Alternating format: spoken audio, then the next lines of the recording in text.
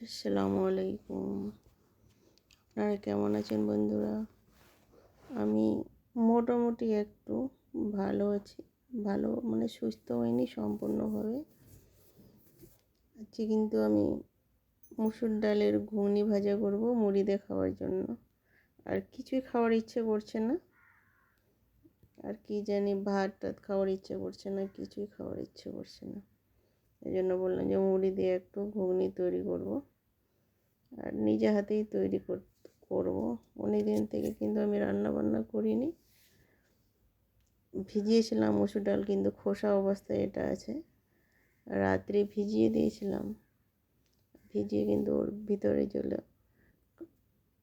থাকে, কাকড় মাকড় থাকে, ওগুলো কিন্তু আমি পরিষ্কার করে নিয়েছি। আর আমি একটা ঝুড়ির মধ্যে জলটাকে আমি ঝরিয়ে নিলাম। জলটা ঝরিয়ে নিতে হবে। আমি কিভাবে তৈরি করছি মসুর ডালের ঘুগনি ভাজাটা না দেখলে কিন্তু বুঝতে পারবে না বন্ধুরা। খেতে কিন্তু খুব দুর্দান্ত লাগে। আর এর আগে কিন্তু আমি করিনি অবশ্য, কিন্তু আমার আম্মা করতো, খেতে কিন্তু খুব সুন্দর লাগে। আমার দাদু কিন্তু এটা কিন্তু প্রতিদিনই খেত মুড়ি দিয়ে। আমার দাদুর কিন্তু এটা পছন্দের খুব ছিল। আমি জলটা ঝরিয়ে একটা তাওয়ার মধ্যে আমি দিয়ে দিয়েছি। একটু এখানে কিন্তু আমি তেল ব্যবহার করিনি, শুধু জলটাকে শুকিয়ে কিন্তু এখানে সিদ্ধ হয়ে যাবে। কিন্তু মসুর ডালটা কিন্তু সিদ্ধ হতে দেরি লাগবে না।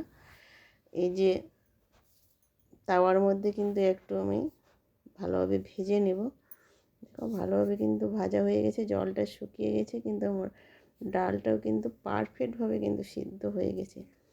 আর ডালটা সিদ্ধ করতে কিন্তু দেরি লাগে না। আমি এতটাই অসুস্থ ছিলাম, অনেক দিন থেকে ভিডিও দিতে পারিনি। আর কি বলে চ্যানেলটা এত ডাউন হয়ে গেছে কি বলবো। আর আমার কিন্তু ডলার মানে কেটে নিয়েছে আমার।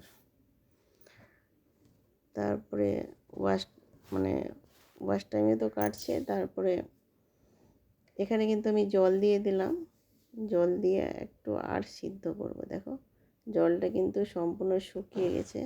মানে জলটা দিয়ে আমি সিদ্ধ করে নিলাম। আর শুদ্ধ তখন ভাজা ভাজা করার পর কিন্তু অর্ধেক সিদ্ধ হয়ে গেছিলো। দেখো এখন পারফেক্টভাবে কিন্তু সিদ্ধ হয়ে গেছে। একটু আমি জল দিয়ে,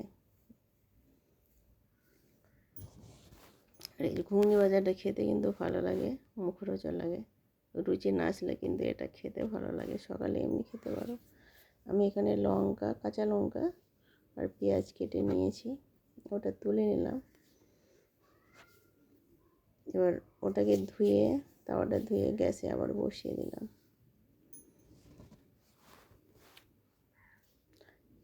তাওয়াটা গরম হয়ে গেছে, একটু তেল দিয়ে দিলাম।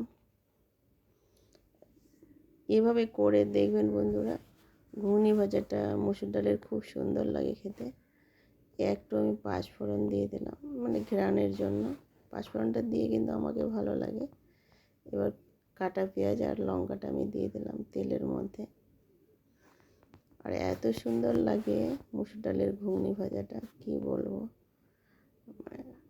বাড়িতে কিন্তু সবাই খেয়েছিল, খেয়ে এত সুন্দর লেগেছে কি বলবো। মানে এত সুন্দর লাগে, বারবার কিন্তু এটাই খাওয়ার ইচ্ছে করে। আমি ছোটোবেলায় অনেক খেয়েছি। আমার আম্মা রান্না করতো, আমার দাদু পছন্দ করতো, অনেক খেয়েছি আমি। আমাকে কিন্তু খেতে ভালো লাগে। আমি কিন্তু রান্না কোনোদিন করিনি, আজকে প্রথম কিন্তু আমি ঘুগনি ভাজাটা করলাম। এখানে লবণ, হলুদ, তারপরে জিরে গুঁড়ো, মানে জিরে গুঁড়ো না, ওটার মধ্যে একটু মশলা আছে, অনেক রকমের দিয়ে কিন্তু তৈরি করা আছে। ওটা কিন্তু মাংসে দেওয়ার জন্য মশলাটা তৈরি করছে। ওই মশলাটা আমি দিলাম, দিয়ে কিন্তু ভালো করে ভেজে মশলাটা এবার মসুর ডালটা দিয়ে দিলাম, দিয়ে কিন্তু ভালোভাবে ভেজে নেব। আর এইভাবে কিন্তু বিকালের জন্য এটা পারফেক্টভাবে খেতে পারেন।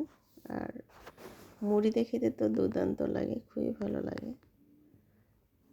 আমি কিন্তু মুড়ি দিয়ে খেয়েছিলাম, আর এমনি খালি মুখে কিন্তু খাওয়া যায়।